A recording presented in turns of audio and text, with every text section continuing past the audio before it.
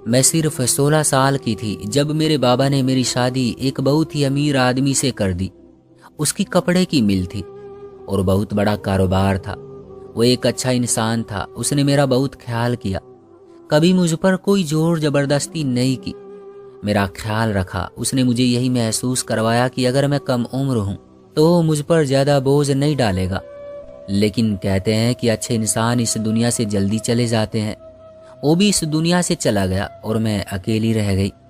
तब मेरी उम्र सिर्फ 22 साल थी और मेरे बाबा भी इस दुनिया से जा चुके थे। मैं बड़े से बंगले नुमा घर में रहती थी। कारोबार था जिसको मैं खुद ही संभाला करती थी, क्योंकि उस शख्स ने मुझे कारोबार संभालना सिखाया था। उसने कहा था कि मेरा इस दुनिया में कोई नहीं है, जो मेरा है वो सब कुछ तुम्हारा है, इसलिए तुम्हें भी कारोबार के बारे में समझ होनी चाहिए। मैं 22 साल की उम्र में ही बेवा हो गई थी। मेरे कुछ अपने थे जो दूर पार के रिश्तेदार थे।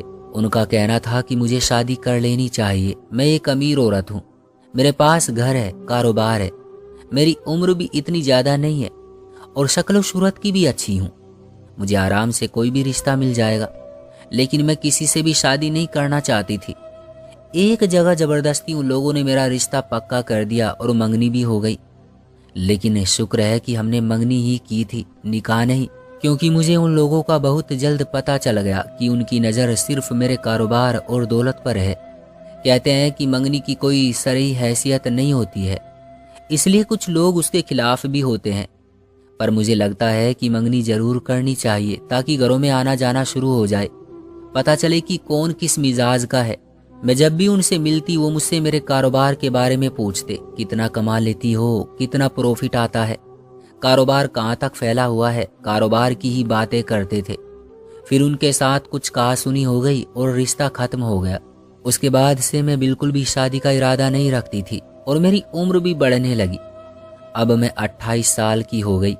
जब एक दिन मैं बाजार में शॉपिंग कर रही थी तो एक लड़का मेरे पास भीख मांगने के लिए आया। मैंने कहा कि तुम भीख क्यों मांगते हो, कोई काम क्यों नहीं कर लेते? आज तो मैं तुम्हें पैसे दे दूंगी, लेकिन बाद में तुम क्या करोगे? उसने कहा कि मेरा इस दुनिया में कोई भी नहीं है और मुझे कोई काम देता ही नहीं है, तो मैं क्या करूं? मैं भी मेहनत करना चाहता हूं, मेरा नाम नासिर है, लेकिन कोई काम ही नहीं दे रहा। मैंने कहा कि अगर मैं काम दूं तो मेरे घर चलोगे? उसने कहा कि कोई भी काम करने को तैयार हूं मैं। मैंने कहा कि ठीक है। मैंने उसे अपने घर का पता बता दिया और कहा कि अगर काम करने का इरादा हो तो आ जाना। वो अगले दिन ही आ गया। इसका मतलब कि वो काम करना चाहता था, लेकिन उसको काम मिल नहीं रहा था। उसकी उम्र इस वक्त 17 साल थी। मुझे अच्छा लगा कि वो अगले ही दिन आ गया, यानी वो मेहनती लड़का था। मैंने उसे कहा कि तुमने इस घर को संभालना है, इस घर में एक नौकर आता है जो काम करता है, तुमने उससे काम करवाना है, घर का सौदा सल्फ लेकर आना है और पूरे घर पर नजर रखनी है, और आज से घर तुम्हारी जिम्मेदारी है। वो इस बात पर बहुत खुश हो गया और उसने कहा कि आप फिक्र ना करें, आपको शिकायत का मौका नहीं मिलेगा। मैं इस घर को अपना घर समझकर इसका बहुत ज़्यादा ख्याल रखूंगा। अब मैं भी घर से काफ़ी मुतमईन हो गई थी। बिजली के बिल भी वो जमा करवा देता था, घर का ख्याल भी रखता, बाहर बाग की सफाई भी कर देता, घर में सौदा सल्फ भी आ जाता। एक दिन मेरा एक कज़न मुझसे मिलने के लिए आया जो मेरी खाला का बेटा था। जब उसने नासिर को देखा तो उसने कहा कि ये कौन है? मैंने कहा कि ये मेरे घर में काम करता है, मैंने इसको रखा है। उसने नासिर को गौर से देखा। वो तो 17 साल का ही था, लेकिन मुकम्मल जवां मर्द लगता था, खूबसूरत भी था और कद काठ का भी लंबा था। उसने कहा कि ये भी इसी घर में रहता है या सिर्फ काम करने के लिए आता है? मैंने कहा कि इसी घर में रहता है, पीछे क्वार्टर में इसको जगह दी गई है क्योंकि इसके पास रहने के लिए घर नहीं था, इसलिए। उसने मेरे से सारी बातें पूछ ली कि ये मुझे कहाँ मिला, कैसे मिला, मैंने इसे क्यों रखा, मैं इसे कितनी तनख्वाह देती हूँ। इसके बाद वो चला गया। कुछ दिनों के बाद मुझे खबर उड़ती उड़ती मिली कि मेरे खानदान में मेरे खिलाफ बातें हो रही हैं, मेरे ससुराल में भी और मायके में भी, कि मैंने घर में एक जवान जहान लड़का रखा हुआ है और वो घर के अंदर ही रहता है। और सबके लिए ही ये बात बहुत अजीब थी। उन्होंने कहा कि एक तो मैं बेवा हूँ, जवान हूँ, खूबसूरत हूँ, अमीर हूँ, अकेली रहती हूँ और मुझे ऐसे किसी को घर में नहीं रखना चाहिए। लेकिन मैंने तो नासिर को एक बच्चा समझ के ही अपने घर में रखा था और फिर मैं 28 साल की थी और वो 17 साल का। वो तकरीबन मुझसे 11 साल छोटा था। मेरे लिए तो वो बच्चों जैसा ही था। जब मेरी शादी हुई थी, अगर उसके 1 साल के अंदर ही मैं माँ बन जाती तो शायद आज मेरा बच्चा भी 10 या 11 साल का होता। लेकिन मुझे मेरे शौहर से औलाद नहीं हुई थी। पहले पहल मैंने लोगों की बातों पर इतनी तवज्जो नहीं दी, लेकिन फिर वो बातें हर तरफ से ही गूंजने लगी। मुझे जो भी देखता वो नासिर के बारे में ही पूछता, क्या वो आपके घर में रहता है? ये सवाल तो ऐसे करते थे कि जैसे अगर मैंने हाँ कह दिया तो ये कोई बहुत बड़ा गुनाह होगा। नासिर को भी इन बातों के बारे में पता चल गया। उसने कहा कि मैं आपके लिए किसी मुसीबत का कारण नहीं बनना चाहता हूँ। मैं यहाँ से चला जाऊँगा, कहीं और रह लिया करूँगा, सिर्फ काम करने के लिए 1-2 घंटे के लिए आ जाऊँगा। मैंने उसे कहा कि कोई ज़रूरत नहीं है, दुनिया वाले तो बातें करते ही हैं। ये तब तक बातें करते हैं जब तक इंसान मर नहीं जाता, उसके बाद भी नहीं बकसते हैं। हमें अपने तौर तरीके और अपनी ज़िंदगी को बदलने की कोई ज़रूरत नहीं है। लेकिन उसी दिन मेरी तबीयत बहुत ज़्यादा ख़राब हो गई, इतनी ज़्यादा ख़राब कि मैं बिस्तर पर ही पड़ गई। डॉक्टर के पास गई तो डॉक्टर ने कहा कि मेरे गुर्दे बुरी तरह से ख़राब हो चुके हैं और शायद मेरा ऑपरेशन भी करना पड़े। 1-2 हफ्ते के अंदर ही मेरी तबीयत इतनी बुरी हो गई कि मैं बिस्तर से खुद उठ भी नहीं पाती थी। मुझे किसी के सहारे की ज़रूरत होती थी और मेरा ख्याल करने वाला कौन था सिवाय नासिर के। वही मेरे लिए दवाइयाँ लेकर आता, मुझे डॉक्टर के पास ले जाता और आधी रात को मेरी तबीयत ख़राब होती तो मेरे पास बैठा रहता। मेरे गुर्दे में बहुत ज़्यादा दर्द होता था। मुझे दर्द के मारे उल्टियाँ आने लगती थी। मेरी तबीयत हद से ज़्यादा ख़राब होती चली जा रही थी। मेरे सारे रिश्तेदार जो बातें करने में तो सबसे आगे आगे थे, लेकिन उनमें से कोई भी इस काबिल नहीं था कि जाकर मेरा ख्याल करता। ये 1-2 दिन मेरे साथ गुजारता, मुझे तसल्लियाँ देता, आधे घंटे के लिए जाकर यही पूछ लेता कि मेरी तबीयत कैसी है। वो अभी भी बातें ही कर रहे थे। लेकिन एक दिन दरवाजे पर दस्तक हुई तो देखकर हैरान रह गई कि मेरे मामू मुझसे मिलने के लिए आए थे। मेरे मामू मेरे बाप की जगह थे जो बाहर के मुल्क में होते थे और वो पूरे 8 साल के बाद वापस आए थे। मैं उनको देखकर बहुत खुश हो गई और उनसे बातें करने लगी। उन्होंने कहा कि मुझे तुम्हारे बारे में कुछ पता चला है। मैंने तो सोचा भी नहीं था कि तुम्हारे बारे में ऐसी बातें सुनने को मिलेगी। मैंने उनको सब कुछ बता दिया। वो नासिर से भी मिले और उन्होंने देखा भी कि नासिर क्या कर रहा था और क्या नहीं, क्योंकि वो मेरे घर पर ही रुके थे। मैंने कहा कि मामू देख लें, ये तो बच्चा है, घर को संभालता है और लोग क्या क्या कह रहे हैं। मेरे मामू ने कहा कि देखो, लोग ऐसे ही बातें करते रहते हैं, तुम एक काम क्यों नहीं करती हो, तुम इसी के साथ शादी क्यों नहीं कर लेती। मैंने कहा कि क्या, ये आप क्या कह रहे हैं। उन्होंने कहा कि मेरी पूरी बात तो सुनो। देखो, तुम खुद ही कह रही हो कि ये वफादार है, तुम्हारा ख्याल रखता है, नेक दिल है, अच्छा इंसान है, तुम इसके साथ शादी कर लो तो सबके मुंह बंद हो जाएंगे। मैंने कहा कि मुंह बंद नहीं होंगे, बल्कि वो कहेंगे कि जो हमारा अंदाजा था वो सच निकला। इसका वाकई इस लड़के के साथ कोई संबंध था, तभी तो इसके साथ शादी कर ली। मेरे मामू ने कहा कि कुछ दिन बातें करेंगे, उसके बाद भूल जाएंगे, लेकिन तुम्हें एक अच्छा हमसफर मिल जाएगा। मैंने कहा कि वो उम्र में मुझसे छोटा है। तो मेरे मामू ने कहा कि औरत भी तो अपने से बड़े मर्द के साथ शादी कर लेती है, तो फिर मर्द अपने से बड़ी औरत से शादी क्यों नहीं कर सकता। और मुझे नहीं लगता कि नासिर को कोई मसला होगा, लेकिन मैं बिल्कुल भी नासिर से शादी नहीं करना चाहती थी। मेरे मामू ने मेरे साथ बहस करनी शुरू कर दी तो मैं खामोश हो गई। उन्होंने कहा कि तुम फिक्र नहीं करो, मैं उससे बात कर लूँगा, मुझे यकीन है कि वो फ़ौरन मान जाएगा। मैं तुम दोनों की शादी करवा कर ही जाऊँगा ताकि मुझे भी तुम्हारी फिक्र ना रहे और लोगों की जुबानें भी बंद हो जाएं। मैंने कहा कि ऐसा नहीं करें, आप आए हैं इस घर को अपना घर समझे, आराम से रहें, लेकिन मुझे मेरे हाल पर छोड़ दें। मैं नासिर से शादी नहीं करना चाहती हूँ, बिल्कुल भी नहीं। मैं ऐसा करने के बारे में सोच भी नहीं सकती थी, लेकिन फिर मेरे मामू ने बिना मुझसे पूछे, मुझसे मशवरा किए नासिर से ये बात कर डाली, वो भी खाने की टेबल पर जब वो खाना रख रहा था। मेरे मामू ने कहा कि तुम भी हमारे साथ बैठ जाओ। मैंने नासिर को कभी नौकर की तरह ट्रीट नहीं किया था। वो भी इस घर में जहाँ चाहता वहाँ बैठकर खाना खाता और जहाँ चाहता वहाँ बैठ सकता था, टीवी देख सकता था। मैंने कभी उसे नहीं रोका था। वो भी बैठ गया और मामू ने ये बात कर दी, वो भी मेरे सामने। मैं बुरी तरह से शर्मिंदा हो रही थी। मैं तो उसकी तरफ देख भी नहीं पा रही थी। वो क्या सोचता होगा कि अब मैं उसे इसलिए अपने घर लेकर आई थी। क्या मैंने खुद उस पर नजर रखी हुई थी, या मैंने ही अपने मामू को कहा था कि इसके साथ मेरा निकाह करवा दे। उसने भी सर झुका लिया और कोई जवाब नहीं दिया, ना हाँ में और ना ही ना में। मामू ने कहा कि बस 1-2 दिन तक इंतजामात करते हैं और तुम दोनों का निकाह करवा देंगे। उसने इस बात पर भी कोई जवाब नहीं दिया, वो खामोश हो गया। मुझे उसकी खामोशी कुछ अजीब लग रही थी। मेरे मामू एक दिन अपने किसी रिश्तेदार से मिलने के लिए गए तो नासिर मेरे पास आया। उसके हाथ में एक छोटी सी तस्वीर थी। उसने वो तस्वीर मेरे सामने रख दी। उसी लड़की की तस्वीर थी जो उसी की उम्र की थी।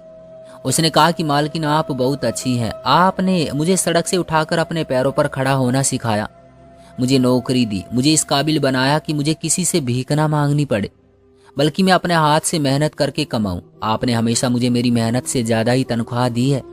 मैं आपका एहसानमंद हूँ। आपने मेरा बहुत ख्याल किया है। पर ये लड़की देख रही हो, ये मेरी कजन है जिसे मैं बहुत मोहब्बत करता हूँ। पर उन्होंने मुझे रिश्ता नहीं दिया क्योंकि हम लोग बहुत गरीब थे। फिर मेरी माँ भी इस दुनिया से चली गई और मेरे घर पर मेरे चाचा जी ने कब्जा कर लिया। तब मैं बहुत छोटा था, उन्होंने मुझे घर से बाहर निकाल दिया। उसके बाद से मेरी ये हालत हो गई कि मैं सड़कों पर भीख मांगने लगा। पर उस लड़की को बचपन से मोहब्बत करता हूँ और अभी भी सोचता हूँ कि कुछ पैसे जमा कर लूँ ताकि उसके लिए एक घर बना सकूँ जहाँ पर मैं उसके साथ रहूँ। आपके मामू ने जो भी बात की वो उनकी मर्जी थी, मैं अच्छी तरह जानता हूँ। लेकिन आपसे यही कहने के लिए आया हूँ कि आप उनको समझाएं कि वो ऐसी बातें नहीं करें। वो बड़े थे, मैं उनके मुंह पर इनकार नहीं करना चाहता था। कोई ऐसी बात नहीं करना चाहता था जिस पर वो ये सोचे कि इस नौकर की तो इतनी लंबी जुबान है, इसलिए आपसे कह रहा हूँ। मैंने उसकी बात सुन ली और मैंने उसे कहा कि जो मामू चाहते हैं मैं ऐसा कभी भी कुछ नहीं होने दूंगी, तू फिक्र नहीं कर। वो शुक्रिया बोलकर वहां से चला गया और मेरे मामू भी 1 हफ्ते के बाद चले गए। मैंने उनको साफ साफ कह दिया कि मैं शादी नहीं करना चाहती। वो मुझसे कदरे नाराज हो गए क्योंकि वो मेरे घर से तो चले गए थे लेकिन अभी वापस नहीं गए थे। वो किसी और रिश्तेदार के घर पर रहने लगे। मुझे इस बात से बहुत दुख पहुंचा था। एक वो ही मेरे अपने थे और वो ही मुझे यूं छोड़कर चले गए। नाराज हो गए क्योंकि मैंने उनकी बात नहीं मानी, उनकी बात का मान नहीं रखा। लेकिन जो मैं नहीं कर सकती थी वो मैं कैसे कर लेती। और यही जानते हुए कि नासिर किसी और से मोहब्बत करता था, मैं ऐसा सोच भी नहीं सकती थी। और बहुत अच्छा इंसान था। उस जैसे लोग इस दुनिया में कम होते हैं। उसके अंदर वफा थी। वो एक नौकर था और नौकर के तौर पर वफादार था। अगर एक शोहर होता तो बेशक शोहर के तौर पर भी वफादार ही होता। कहते हैं कि इस दुनिया में दौलत के बलबूते पर आप सब कुछ खरीद सकते हैं, मोहब्बत भी। जी हाँ, आप किसी की सारी ख्वाहिशें पूरी करते हैं, उसके लिए घर बनाए, गाड़ी बनाए, उसको अपने साथ उसकी पसंद की जगहों पर ले जाए, उसका ख्याल करें, उससे जुड़े लोगों को नवाजें, तो शायद उस इंसान को आपसे मोहब्बत भी हो जाए। लेकिन वफा कभी भी खरीदी नहीं जा सकती। यह आपके नसीब में होती है तो आपको मिलती रहती है और अगर नहीं होती तो कभी नहीं मिलती। मैं चाहती तो खुदगर्ज हो सकती थी, अमीर थी, अकेली थी। माँ बाप ने एक फैसला करके मेरी जिंदगी को शुरू से ही खराब कर दिया था। कम उम्र में बड़ी उम्र के मर्द से मेरी शादी करवा दी।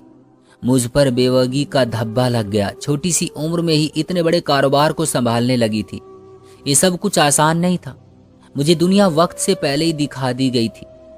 एक दिन मैंने नासिर को कहा कि वो जिस लड़की से शादी करना चाहता है उसके घर जाऊंगी मैं और उसके लिए उसका हाथ मांगूंगी।